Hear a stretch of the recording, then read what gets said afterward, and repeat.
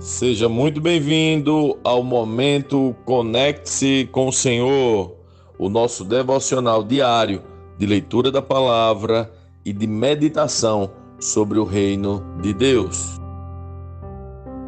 Olha, hoje é Mateus 12, vamos juntos? Por aquele tempo, Jesus estava caminhando pelos campos de cereal no sábado. Seus discípulos, sentindo fome, começaram a colher espigas e comê-las. Alguns fariseus os viram e protestaram: Veja, seus discípulos desobedecem à lei colhendo cereal no sábado. Jesus respondeu: Vocês não leram nas Escrituras o que fez Davi quando ele e seus companheiros tiveram fome? Ele entrou na casa de Deus e com seus companheiros comeram os pães sagrados que só os sacerdotes tinham permissão de comer. E vocês não leram na lei de Moisés que os sacerdotes de serviço no templo podem trabalhar no sábado? Eu lhes digo, há alguém aqui maior que o templo. Vocês não teriam condenado meus discípulos inocentes se soubessem o significado das Escrituras. Quero que demonstrem misericórdia e não que ofereçam sacrifícios. Pois o Filho do Homem é o Senhor até mesmo do sábado. Então Jesus foi à sinagoga local onde viu um homem que tinha uma mão deformada. Os fariseus perguntaram a Jesus: A lei permite curar no sábado? Esperavam que ele dissesse sim para que pudessem acusá-lo. Jesus respondeu: Se um de vocês tivesse uma ovelha e ela caísse num poço no sábado, não trabalharia para tirá-la de lá? Quanto mais vale uma pessoa que uma ovelha? Sim, a lei permite que se faça o bem no sábado. Em seguida disse ao homem: Estenda a mão. Ele a estendeu e ela foi curada e ficou igual a outra. Então os fariseus convocaram a reunião para tramar um modo de matá-lo. Jesus, sabendo o que planejavam, retirou-se daquela região. Muitos o seguiram e ele curou todos os enfermos que havia entre eles. Contudo, advertiu-lhes que não revelassem quem ele era. Cumpriu-se assim a profecia de Isaías a seu respeito. Vejam meu servo, aquele que escolhi. Ele é meu amado, nele tenho grande prazer. Porei sobre ele meu espírito e ele proclamará justiça às nações. Não lutará, nem gritará, nem levantará a voz em público. Não esmagará a cana quebrada, nem apagará a chama que já está fraca. Por fim, ele fará que a justiça seja vitoriosa, e seu nome será a esperança de todo o mundo. Então levaram até Jesus um homem cego e mudo que estava possuído por um demônio. Jesus o curou e ele passou a falar e ver. Admirada a multidão perguntou: Será que este homem é o filho de Davi? No entanto, quando os fariseus souberam do milagre, disseram: Ele só expulsa demônios porque seu poder vem de Beelzebul, o príncipe dos demônios. Jesus conhecia os pensamentos deles e respondeu: Todo reino dividido internamente está condenado à ruína. Uma cidade ou família dividida contra si mesma se desintegrará. Se Satanás expulsa Satanás, está dividido e luta contra si mesmo. Seu reino não sobreviverá. Se eu expulso demônios pelo poder do Beelzebul, o que dizer de seus discípulos?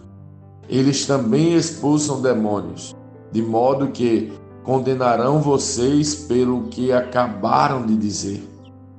Mas se expulso demônios pelo Espírito de Deus, então o reino de Deus já chegou até vocês. Afinal, quem tem poder para entrar na casa de um homem forte e saquear seus bens? Somente alguém ainda mais forte, alguém capaz de amarrá-lo e saquear sua casa.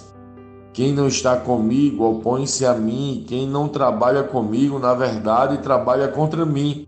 Por isso eu lhes digo, todo pecado e toda blasfêmia serão perdoados, mas a blasfêmia contra o Espírito Santo não será perdoado.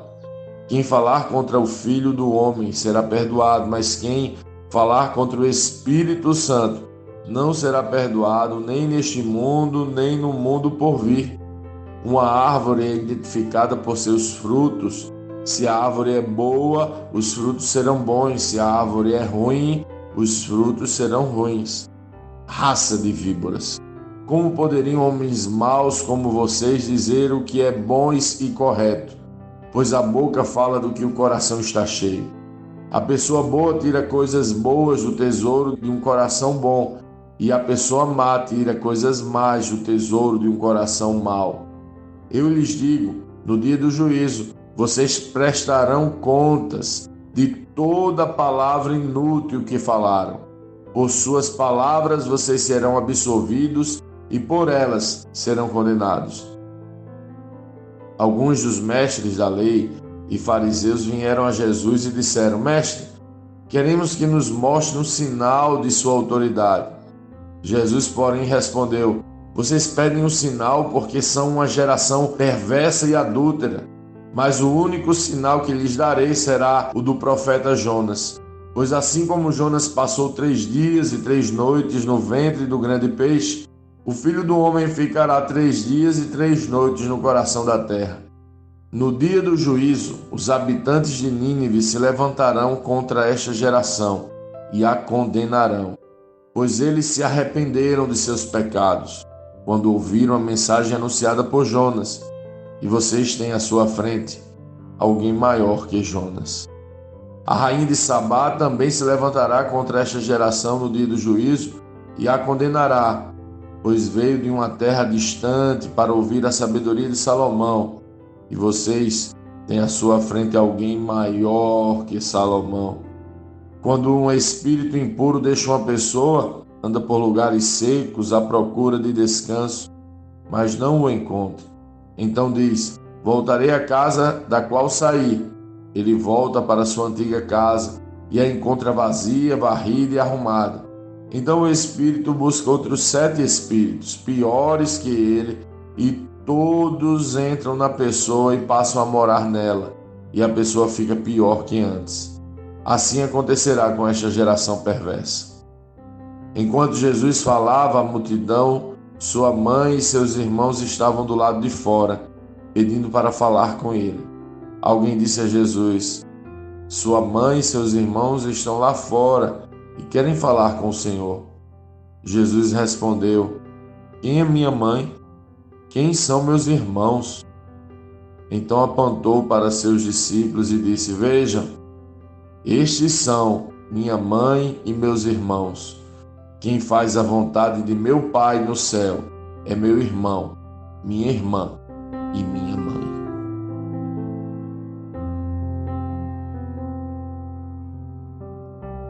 Lendo este capítulo de hoje, nós precisamos responder: como Cristo lê esse texto? O que aprendemos nele? E que aplicações práticas esse texto deve trazer para as nossas vidas?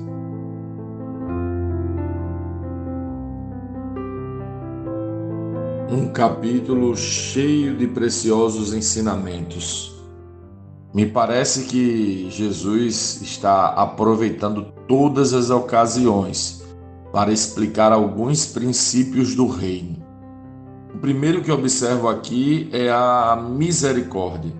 Os fariseus julgam os discípulos de Jesus porque apanham espigas para comer no sábado. Para os fariseus, cumprir a lei era mais importante que o alimento para o faminto. Jesus diz para eles: quero que demonstrem misericórdia e não que ofereçam sacrifício. Jesus estava falando que o alvo do Evangelho é a misericórdia. Você tem sido misericordioso? Qual é o tamanho da misericórdia que você aplica aos outros? A dimensão da misericórdia que aplica aos outros é a dimensão do quanto você foi alcançado pelo Evangelho de Cristo. Aqueles que foram muito alcançados pelo Senhor demonstram muita misericórdia. Pessoas grosseiras, insensíveis, cruéis, intolerantes, julgadoras e duras. Geralmente o são porque não entenderam ainda o Evangelho. O Evangelho de Cristo é o Evangelho da misericórdia. Os fariseus religiosos eram insensíveis, agressivos e cruéis. E por isso acusavam e acusavam. Acusavam e acusavam. Entenda, por favor. Jesus diz que eles agem assim porque não sabem o significado das Escrituras. Você sabe o significado das Escrituras? Jesus revela: eu quero misericórdia. Simples, direto e claro. O reino é feito por pessoas assim. Você é misericordioso ou acusador? Jesus fala isso porque todos nós carecemos da sua misericórdia. Então, como podemos negar misericórdia àqueles que ele ama?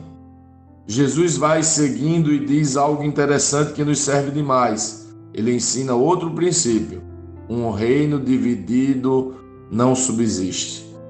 Olha o que ele fala com atenção. Jesus conhecia os pensamentos deles e respondeu: todo reino dividido internamente está condenado à ruína. Uma cidade ou família dividida contra si mesma se desintegrará. Pode uma família viver dividida? Todo reino dividido se desintegra.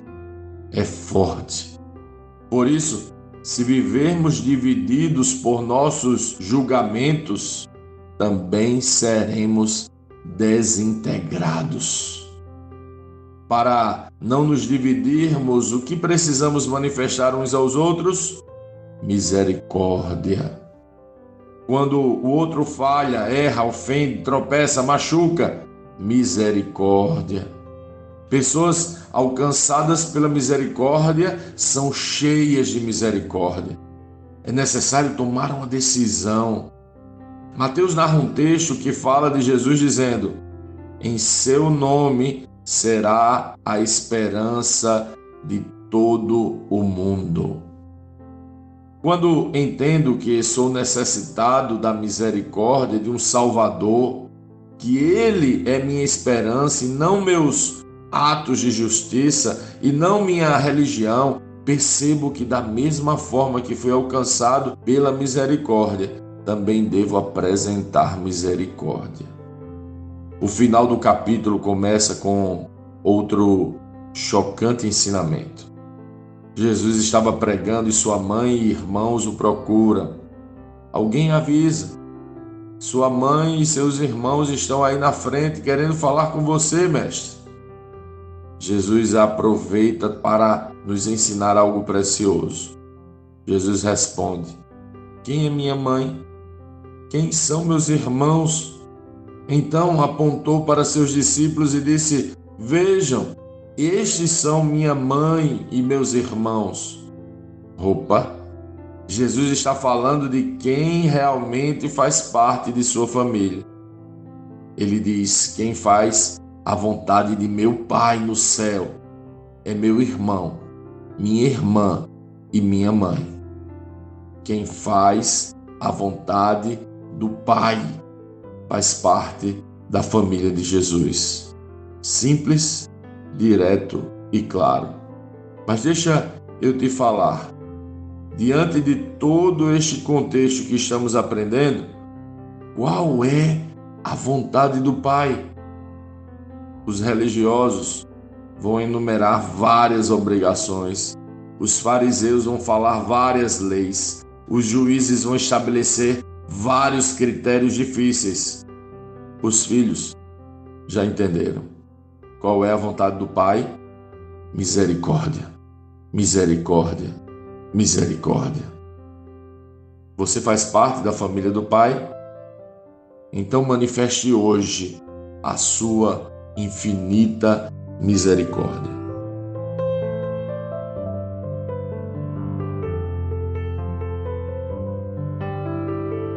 Sim, que bom ter você neste devocional e poder compartilhar o Evangelho.